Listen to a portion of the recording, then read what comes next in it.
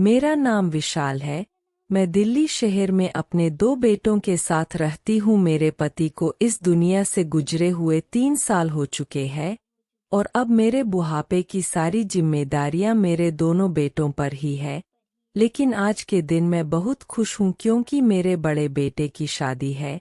सभी रीति रिवाजों के साथ मेरे बेटे की शादी एक बहुत ही अच्छे घर की लड़की से हो गई और मेरी बहू दहेज में एक कामवाली अपने साथ लेकर आई और मुझसे बोली, सासू माँ, यह कामवाली हर समय आपकी बहुत सेवा करेगी। वह कामवाली सच में मेरी बहुत सेवा करती थी, लेकिन जब मैंने उससे बात करने की कोशिश की तो मुझे पता चला कि वह तो गूंगी है। मुझे उस काम वाली पर बहुत तरस आया क्योंकि वह काम वाली बहुत खूबसूरत थी, लेकिन मुझे उसकी एक बात बहुत अजीब लगती थी कि वह हमेशा घूंघट में रहती थी और घर में सबसे पर्दा करती थी। लेकिन एक दिन गलती से मेरे छोटे बेटे ने उसकी शक्ल देख ली और मेरा बेटा जोर जोर से चिल्लाने लगा। यह सुनते ही मेरा दिल जोर से धड़कने लगा कि माँ, यह लड़की वही है जिसने 7 मासूम लड़कियों को बहुत बेदर्दी से मेरे बड़े बेटे नवीन ने आज फिर से अपनी शादी की बात छेड़ दी थी। यह वह मुद्दा था जिससे मैं हमेशा अपनी जान चुराती थी। ऐसा नहीं था कि मुझे अपने बड़े बेटे की शादी का शौक नहीं था, वह मेरा बड़ा बेटा था और हर माँ की तरह मेरे दिल में भी अपने बेटे की शादी को लेकर बहुत सारे सपने, बहुत सारे अरमान थे। अपने बड़े बेटे नवीन की शादी बहुत धूमधाम से करना चाहती थी, लेकिन मेरी परेशानी भी वही थी जो आजकल सभी घरों में होती है।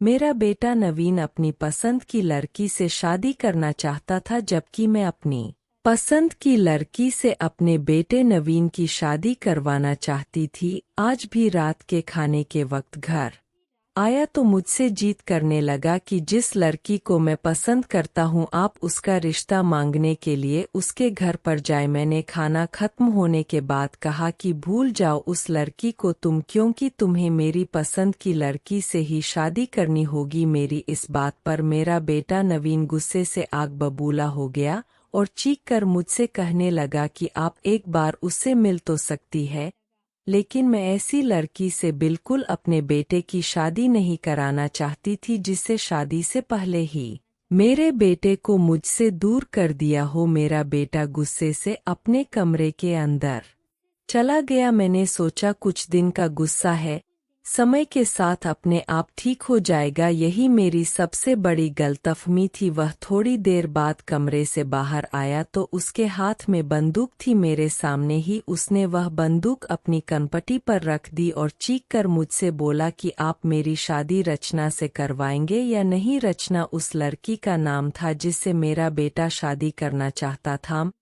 तो अपने बेटे का गुस्सा देखकर पागल ही हो गई और मैंने घबराते हुए कहा, पागल हो गए हो क्या? इसे नीचे रखो, गोली चल जाएगी। लेकिन मेरा बेटा उस समय बहुत जज्बाती हो रहा था और उसके लिए मुझे हर बात माननी ही पड़ी और मैंने उसे कहा कि ठीक है, जिस लड़की से तुम शादी करना चाहते हो मैं उसे देखने जाऊंगी। मेरे बेटे ने बंदूक नीचे रखकर मुझे गले से लगा लिया और कहने लगा कि वह बहुत अच्छी है, आप मेरी शादी के बाद उस पर बहुत गर्व करेंगी। मैं अपने बेटे की बात मानकर उस लड़की का रिश्ता मांगने उसके घर चली गई। वह लड़की मुझे बहुत सीधी शादी और अच्छी लगी थी। घर परिवार भी अमीर ही था। मैंने शादी की तारीख भी तय कर दी।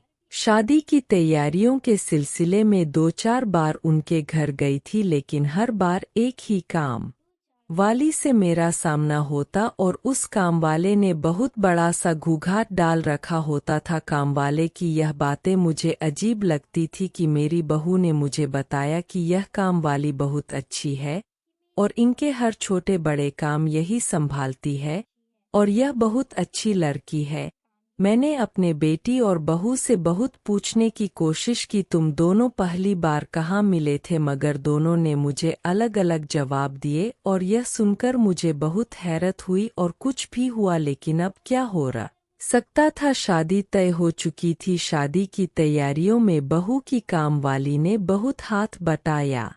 था क्योंकि मेरी कोई बेटी नहीं थी, इसलिए सारी तैयारियां भी उन्हीं दोनों लड़कियों ने मिलकर की थी। शादी के बाद जब मेरी बहू दुल्हन बनकर पहली बार हमारे घर आई तो यह देखकर बहुत हैरान और परेशान हुई कि मेरी बहू ने अपनी कामवाली को भी गाड़ी में अपने साथ पीछे बैठा लिया और मेरा छोटा बेटा पंकज हम दूल्हे की कार के पीछे पीछे थे। मेरा छोटा बेटा मुझसे कहने लगा कि मम्मी, अगर आप बुरा ना माने तो एक बात कहूं कि भाभी का अपने कामवाली के साथ कुछ ज्यादा ही लगाव नहीं है क्या? लोग अपनी कामवाली को इतना तो सर पर नहीं चाहते जितना भाभी ने चाहाया हुआ है।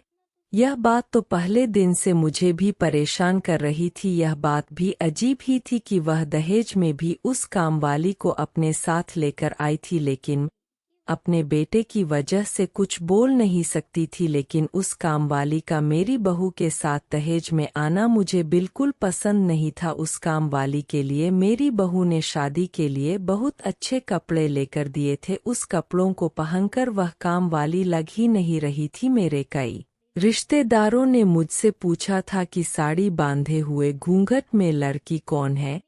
अब मैं उन्हें यह कैसे बताती कि यह बनी ठनी लड़की मेरी बहू की कामवाली है? तो मैंने बात को टालने के लिए उनसे कहा, मुझे क्या पता कि लड़की वालों की तरफ से कोई होगी। मैं अब यह सोच रही थी कि जब मेरे रिश्तेदारों को पता चलेगा कि यह लड़की कोई और नहीं एक कामवाली है तो वह क्या कहेंगे। मेरे बेटे का तो दिमाग ही खराब हो चुका था, जो वह बिना कुछ सोचे समझे एक घूंघट वाली कामवाली को अपनी पत्नी के साथ दहेज में ही लेकर आ गया। जब शादी के बाद हम बारात लेकर घर पहुँचे तो मेरी बहू ने मुझसे कहा कि सासू माँ, यह कामवाली तो मैं आपके लिए लेकर आई हूँ, आप जैसा चाहे इससे अपना काम करवा लेना, यह आपकी बहुत सेवा करेगी। मैं अपनी बहू की बात सुनकर दंग रह गई कि यह बेचारी तो बहुत अच्छी है।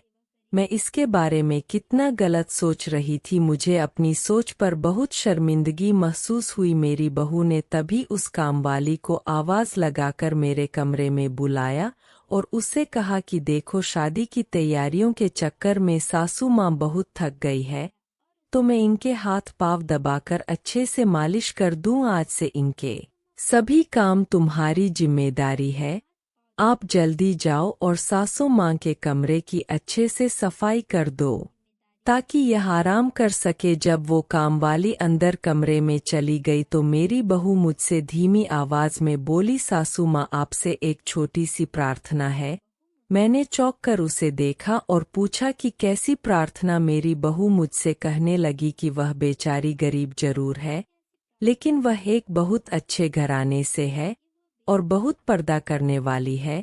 उस काम वाली का चेहरा तो मैंने भी आज तक नहीं देखा, तो इसलिए आप थोड़ा ख्याल रखना। मैंने अपनी बहू से कहा, तुम इस बात की बिल्कुल भी फिक्र मत करो। मैं जब अपने कमरे में गई तो मैंने देखा कि वह काम वाली बड़ी लगन से काम कर रही थी और साड़ी के साइड में से उसके गोरे गोरे हाथ दिख रहे थे। उस काम वाले की खूबसूरती देखकर मैं तो चौंक गई। बहुत ज्यादा गोरा रंग था उसका। उसे मेरी मौजूदगी का पता चला तो उसने जल्दी से अपने चेहरे को पूरी तरह से ढक लिया। मैंने उस काम वाली को आवाज देकर पूछा कि क्या नाम है तुम्हारा? उसने इशारा करके मुझे बताया कि मैं तो गूंगी हूँ। मुझे उस कामवाली पर बहुत रहम आया कि बेचारी इतनी खूबसूरत है और उसने कैसा भाग्य पाया है। एक तो कामवाली ऊपर से गूंगी। खैर, वह कामवाली बहुत काम की थी, मेरा बहुत ध्यान रखती थी, मेरी बहुत सेवा करती थी। मेरी बहू के काम करने से पहले वह मेरे काम किया करती थी। उसे बहुत खुश रहने लगी थी। लेकिन मेरा छोटा बेटा उसके घूंघर से बहुत ज्यादा चिरताला कुछ था भी। वह बहुत ज्यादा शरारती था। जब भी वह काम वाली उसके सामने से जाती है तो वह उसका रास्ता रोककर खड़ा हो जाता है और उससे कहता है कि घूंघट ऊपर करके मुझे अपना चेहरा दिखाओ, तभी मैं तुम्हें जाने दूंगा। वह बेचारी तेज तेज कदमों से भागकर मेरे कमरे में आती और मेरे पीछे छुप जाती। मैं बेटे को डांटती कि क्यों इस बेचारी को काम वाली को बार बार चिढ़ा आता रहता है। काम वाली रोज रात को मेरे सर और पाँव दबाती थी और मेरी मालिश करती थी। उस काम वाली के आने से मुझे बहुत ज़्यादा आसानी हो गई थी, क्योंकि मेरे सारे के सारे काम उस काम वाली ने ही संभाल रखे थे। मेरा छोटा बेटा उसे हमेशा यह कहकर चाहता था कि माँ, यह मुंह तो ऐसे ढक कर रहती है जैसे कोई चोर हो, इसलिए अपने सारे जेवर ध्यान से रखा करो और उसके जाने के बाद ठीक से चेक कर लिया करो। वह कामवाली तो कुछ बोल भी नहीं सकती थी, क्योंकि वह गूंगी थी। वह बहुत साधारण सी लड़की थी, बस अपने काम से काम रखती थी। एक दिन मेरी कुछ दोस्त मेरे घर पर आई थी, तब भी मेरी कामवाली उनके सामने घूंघट में ही आई। उस कामवाली के जाने के बाद मेरे दोस्तों में से मेरे एक दोस्त ने मुझसे कहा कि तुम्हारे कामवाली घूंघट करके क्यों काम करती है?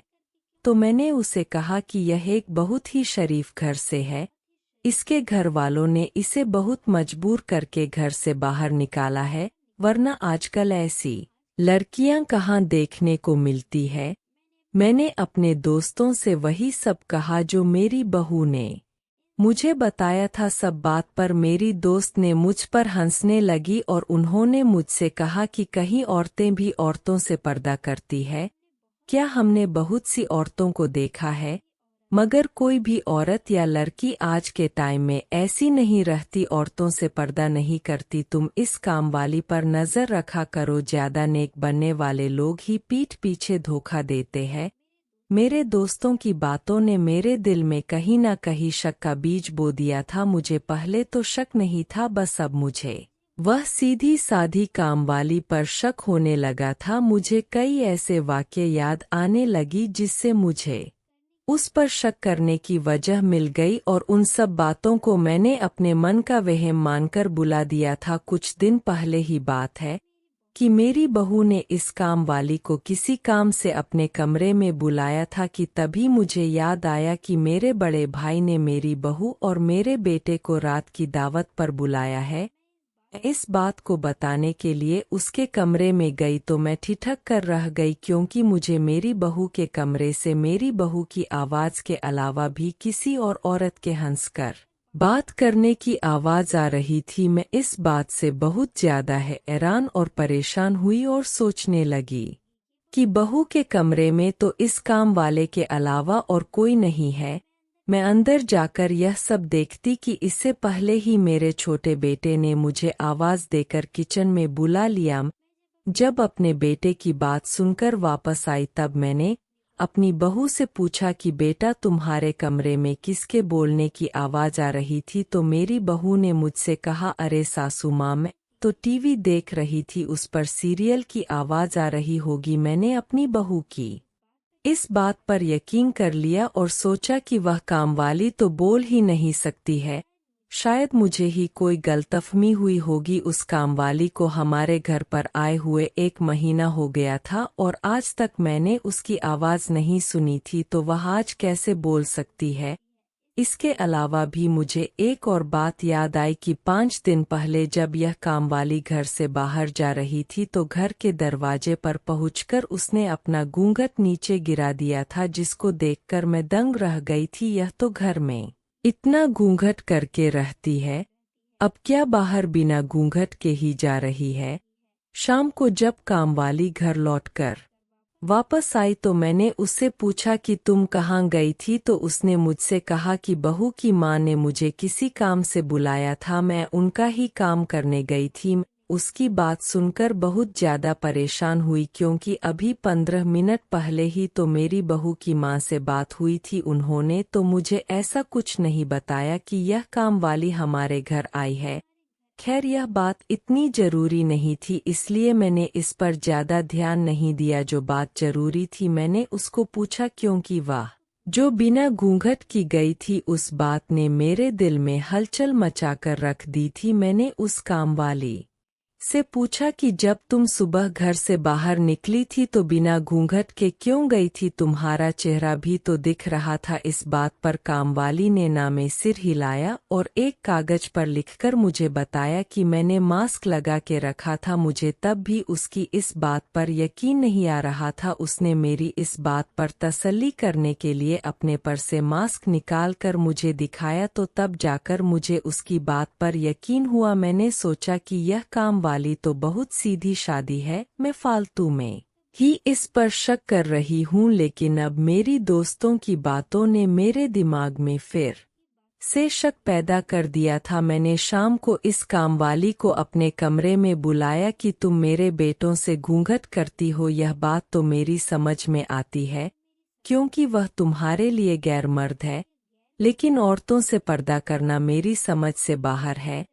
तुम मुझे तो अपना चेहरा दिखा ही सकती हो। मेरी इस बात को सुनकर कामवाली बहुत ज्यादा घबरा गई और ना में सिर हिलाकर पीछे हटने लगी और उसने कहा कि मैं अपना चेहरा नहीं दिखा सकती। मैंने भी सोच लिया था कि आज किसी भी हाल में इस कामवाली का चेहरा देखकर ही रहूंगी। जैसे ही मैं उस कामवाली का घूंघट उठाने के लिए आगे बढ़ी तो वह कामवाली तेज तेज कदमों से भागने लगी और भागते समय मेरे बेटे और बहू से टकरा गई। बेटे ने मुझसे पूछा, यह क्या हुआ माँ, आप इस कामवाली के पीछे क्यों भाग रही है? मैंने कहा कि कुछ नहीं हुआ बेटा, तो बस इस काम वाली का चेहरा देखना चाहती हूँ। मेरी बात सुनकर मेरी बहू ने मुझसे कहा कि क्यों सासू माँ, मैंने तो आपसे मना किया था ना कि आप इस काम वाले का चेहरा देखने की जिद नहीं करेंगी, फिर आप ऐसा क्यों कर रही है? मैंने अपनी बहू से गुस्से से कहा कि इस काम वाले के घूंघट की वजह से मेरे दोस्तों ने मेरा बहुत मजाक उड़ाया है। अब तुम इस काम वाले से कहो कि या तो यह मुझे अपना चेहरा दिखा दे या फिर मेरे घर से रफा दफा हो जाए। मेरी बहू ने मुझसे कहा कि यह आपको अपना चेहरा नहीं दिखाएगी, तो फिर मैंने उससे कहा कि निकल जाए मेरे घर से। तो इस बात पर मेरी बहू ने कहा कि यह इस घर से भी नहीं जाएगी क्योंकि यह मेरी काम वाली है, मैं इसे अपने साथ लेकर आई थी। आप कौन होती है? मेरी कामवाली पर हुक्म चलाने वाली अपनी बहू की इस बात को सुनकर मैं दंग रह गई कि क्यों मेरी बहू एक कामवाली के लिए मुझसे इतनी लड़ाई कर रही है, मुझसे इतनी बदतमीजी से बात कर रही है। और इतना ही नहीं, मेरा बेटा वहीं पर चुपचाप खड़ा था, अपनी माँ की बेइज्जती होते हुए देख रहा था। जब मैंने घूरने वाली नज़रों से बेटे की तरफ देखा तो उसने मुझसे कहा कि यह आप सास बहू और इस काम वाले का मामला है, आप लोग आपस में मिलकर ही इस मामले का हल निकाले। इस बात को कहकर मेरा बेटा घर से बाहर चला गया। मेरी की बहू ने मुझे बुरा सा मुंह बनाकर देखा और इस कामवाली का हाथ पकड़कर उसको अपने कमरे में ले गई। मेरा छोटा बेटा कुछ देर बाद वापस घर आया तो उसने मुझसे कहा कि इस मामूली सी काम वाली के लिए आपको भाभी से लड़ाई झगड़ा करने की क्या जरूरत थी? आपको पता है ना, यह भाभी मुझे नया कारोबार करने में मदद करने वाली है। आप जाइए और भाभी से माफ़ी मांग कर आइए। अपने बेटे की बातें सुनकर बहू से माफ़ी मांगने उसके कमरे में आई तो बहू के कमरे का थोड़ा सा दरवाज़ा खुला हुआ था। अंदर का नज़ारा देखकर मैं तो हक्का बक्का रह गई। बहू कामवाली को गले से लगाकर तसल्ली दे रही थी। बहू की बात सुनकर मैं परेशान हो गई कि क्या भला कोई अपनी कामवाली से भी इतनी मोहब्बत कर सकता है? मेरी बहू उसको गले लगाकर कह रही थी कि तुम परेशान मत हो कि बस कुछ दिन की बात है, मैं सब कुछ ठीक कर दूंगी और मैं सासू माँ को भी अच्छे से समझा दूंगी। मैंने थोड़ा और अंदर झांक कर देखा तो उस कामवाली ने अपना घूंघट उठाया हुआ था, उसकी एक साइड मुझे दिख रही थी।